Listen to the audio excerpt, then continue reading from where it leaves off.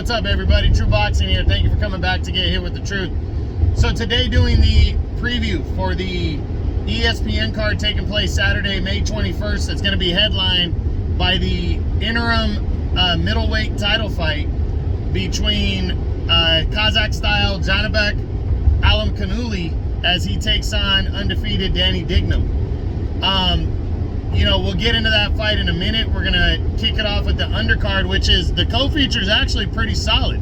You got former super featherweight champion Jamel Herring returning to action, coming off that loss to Shakur Stevenson, where he pretty much got beat up against Shakur.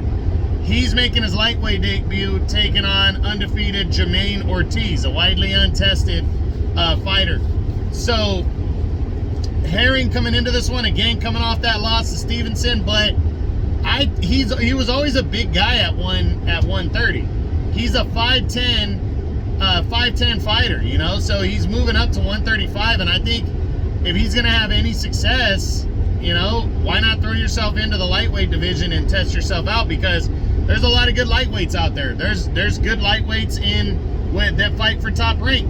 So Herring might be able to slowly work his way into the rankings and do some damage. He's taking on this undefeated guy, though. He doesn't want to overlook him, Jermaine Ortiz. But I think Herring's going to have success in his debut at 135.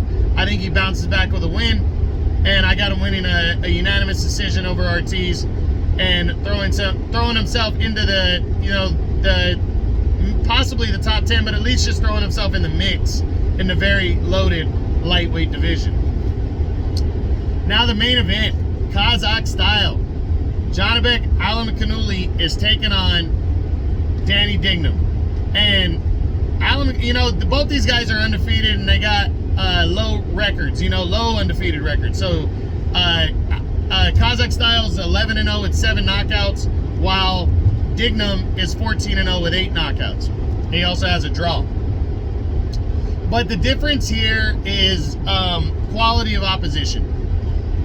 Dignum hasn't really fought anybody solid, and Kazakh style Alimkhanuly, his 2021 was great. He defeated 2 former world champions and dominated them. And Rob Brandt, I think Kazakh style actually came in the underdog, and he absolutely picked apart Rob Brandt, broke him down, and stopped him in the 8th round.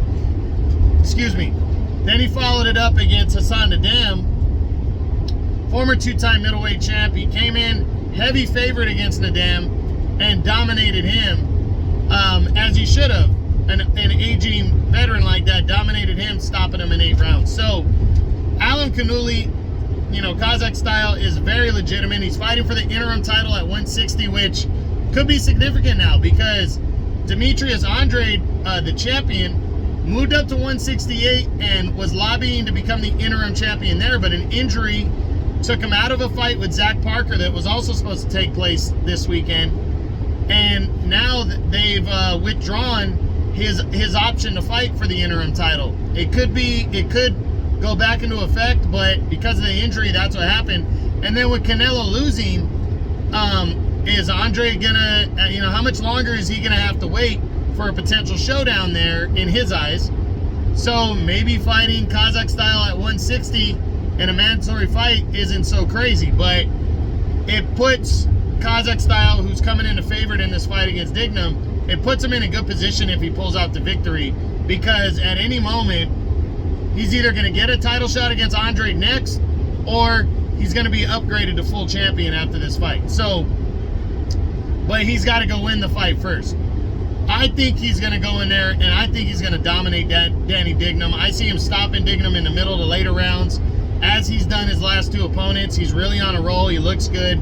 I think he's going 12-0, and he's going to claim that interim belt.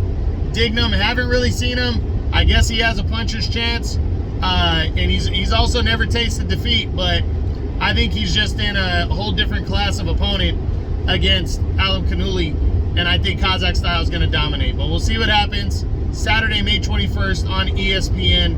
Don't miss it. Also the return of former champ Jamel Herring on the undercard. That should be good. So if you like the video, smash the like button, leave a comment, subscribe to the channel. I appreciate any and all support. This is True Boxing. You've been hit with the truth.